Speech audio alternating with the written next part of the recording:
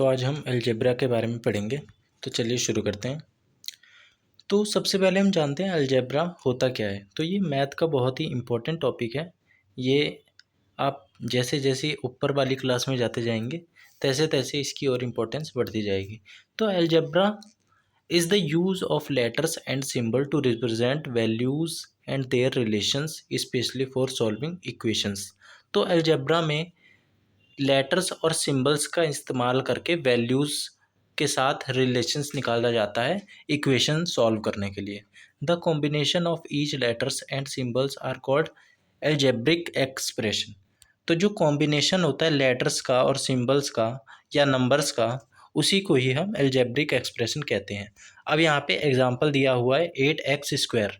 तो ये एक एल्जेब्रिक एक्सप्रेशन है। अब इसमें जो 8 है, x है और ऊपर जो 2 लिखा हुआ है उसको हम एक्सपोनेंट बोलते हैं और उसे हम पावर भी बोलते हैं और इसे हम डिग्री भी बोलते हैं। तो चलिए इसको क्या क्या कहते हैं वन बाय वन स्टडी करते हैं। Here are the parts of an expression.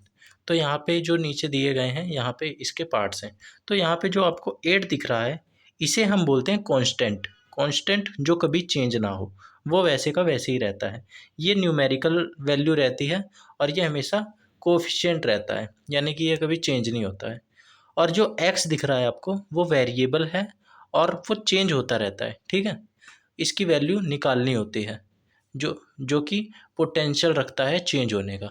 और जो एक्स के ऊपर पावर दिख रही है 2, उसे हम एक्सपोनेंट बोलते हैं या पावर बोलते हैं या डिग्री बोलते हैं कि उसको कितने टाइम्स मल्टीप्लाई किया गया है, ठीक है।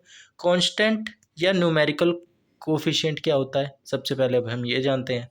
जो कि यहाँ पे 8 है, ठीक है। तो उसे हम कहते क्या है, constants are symbol representing exact value like pi. जैसे पाई की एग्जैक्ट वैल्यू होती है 24/7 या 3.14। उसी तरह कांस्टेंट वैल्यू रहती है, ठीक है, नंबर्स की। कांस्टेंट आर ऑलवेज रिटन, ये हमेशा लिखे जाते हैं और ये इसकी वैल्यू हमेशा फिक्स रहती है, तो ये हमेशा लिखे जाएंगे। An expression like b(a³ and xy has a constant of 1। ये जो कांस्टेंट वैल्यूज़ रहती हैं जैसे कि b(a³, xy, इसके पहले एक रहता है, ठीक है। पर एक लिखा नहीं जाता है कभी भी, क्योंकि वो पहले से अंडरस्टूड रहता है कि expression has no constant. It is understood that the constant is 1। तो इसका मतलब यही है कि इसके पहले 1 होता है और वो लिखा नहीं जाता है क्योंकि वो ऑलरेडी अंडरस्टूड रहता है और वो थोड़ा सा अजीब सा लगता है 1 लिखने पे। तो ये मैथ में पहले से ज्ञात रहता है कि इसके आगे 1 है अगर कुछ नहीं है तो। अब जैसे यहाँ पे कुछ एक्सप्रेशन दिए गए हैं, आपको बताना है इसमें कांस्टेंट क्या क्या है। 7b⁻7 में कांस्टेंट है 7। 23x² में कांस्टेंट क्या है 23। ab⁴ और c में क्या कांस्टेंट है, वो है 1। 83f³ में क्या कांस्टेंट है 83 और m में क्या कांस्टेंट है, वो है 1। और यहाँ पे 1 क्यों कांस्टेंट क्यों है, क्योंकि 1 पहले से अंडरस्टूड रहता है, बस हमें उसे लिखना नहीं होता है। इसके बाद वेरिएबल के बारे में हम जानते हैं। वेरिएबल क्या होता है, जिसे हम लिटरल कोफिशिएंट भी बोलते हैं। Variable are used to represent unknown values. Variables are often represents by letter. ये अननोन वैल्यूज़ रहती हैं जो कि लेटर्स में रिप्रेजेंट किया जाता है, यानी कि ABCDEFGH, ए से लेकर जेड तक किसी में भी किया जा सकता है, पर मोस्टली इसको XYZ इन सब में किया जाता है। जैसे आपने मैथ में सुना भी होगा let be X, let this be X, ठीक है, कि माना x ऐसे मान लेते हैं ना, तो उसी प्रकार हम इसे कोफिशिएंट बोलते हैं। इसकी वैल्यू हमें निकालनी होती है। If an expression has no variable therefore the expression is exact. अगर वेरिएबल की कोई वैल्यू नहीं है तो जो वैल्यू बची हुई रहती है, यानी कि जो कांस्टेंट रहता है, वही उसकी वैल्यू रहती है, ठीक है। इसके बाद एग्जाम्पल क्या क्या हैं वेरिएबल के, अब आप एक्सप्रेशन देख के बता सकते हैं। 7b⁻7 में वेरिएबल क्या है b, जो जिसकी वैल्यू निकालनी है। मैंने आपको बताया ना कि ये लेटर्स में रहते हैं, ठीक है, सिंबल में। सिंबल इसका क्या रहता है, लेटर। 23x² में क्या है, x और y वेरिएबल। ए बी की पावर 4 c में क्या वेरिएबल है, a b और c तीनों। 83f³ में क्या वेरिएबल है, 83।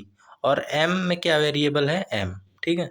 और क्या कांस्टेंट इसमें क्या है वो हम पहले बात कर ही चुके हैं। जो नंबर्स होते हैं जो कि चेंज नहीं होते, जो कि एग्जैक्ट होते हैं, जैसे कि 7, 23, 83, 1 और ए बी की पावर 4 सी से पहले भी 1 है लेकिन उसको हमें लिखना नहीं होता है, तो फिर उसे हम बोलते हैं कांस्टेंट। ठीक है। अब एक्सपोनेंट और पावर जो कि ऊपर लगी हुई होती है वेरिएबल के, उसका मतलब क्या होता है, exponents are seen at the top of a variable, के ऊपर लगा हुआ रहता है। Exponent in an expression can be like और अनलाइक, वो एक जैसे भी हो सकते हैं और अलग अलग भी हो सकते हैं जो ऊपर पावर लगी होती है। They also show how many times the variable appears in the expression, कि वो जो वेरिएबल है वो कितने टाइम्स आया है। अगर वेरिएबल के ऊपर कुछ नहीं है तो उसको हम 1 मानते हैं। ठीक है, यानी वेरिएबल एक टाइम्स आया है। अगर उसके ऊपर 2 है, x के ऊपर 2 है तो इसका मतलब x 2 टाइम्स है। x के ऊपर 3 है तो x 3 टाइम्स है। ठीक है, तो ये हमें बताता है कि वो कितने टाइम्स आया है। If a variable has no exponent it is understood that its exponent is 1। अगर उसके ऊपर कोई वेरिएबल नहीं है, यानी कि कोई उसके ऊपर नंबर नहीं है, तो उसको हम मान लेते हैं कि उसके ऊपर 1 है।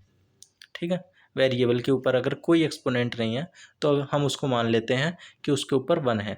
Therefore there is no need to write 1 on the top of the variable, इसलिए इसमें भी एक लिखने की कोई आवश्यकता नहीं होती, क्योंकि ये वो अंडरस्टूड रहता है कि वेरिएबल के ऊपर अगर कोई पावर नहीं है तो वो 1 है।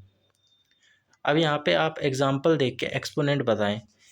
7b की पावर 7 है तो इसमें एक्सपोनेंट है 7, क्योंकि ये वेरिएबल के ऊपर लगा है, यानी कि b 7 टाइम्स है। 23x की पावर 2y, तो यहाँ पे x का एक्सपोनेंट है 2 और y का 1, क्योंकि y के ऊपर कुछ नहीं है। a b की पावर 4 और c, तो यहाँ पे a का एक्सपोनेंट है 1, b का है 4, c का है 1, और जिसके ऊपर कुछ नहीं लगा है उसको हम 1 मान लेते हैं क्योंकि वो अंडरस्टूड रहता है। 83 f की पावर 3, तो यहाँ पे f की पावर क्या है 3, तो एक्सपोनेंट हो गया 3। m की पावर 1, m के ऊपर कुछ नहीं है तो अंडरस्टूड है कि उसके ऊपर 1 ही होगा। तो ये था आज के चैप्टर में अलजेब्रा। तो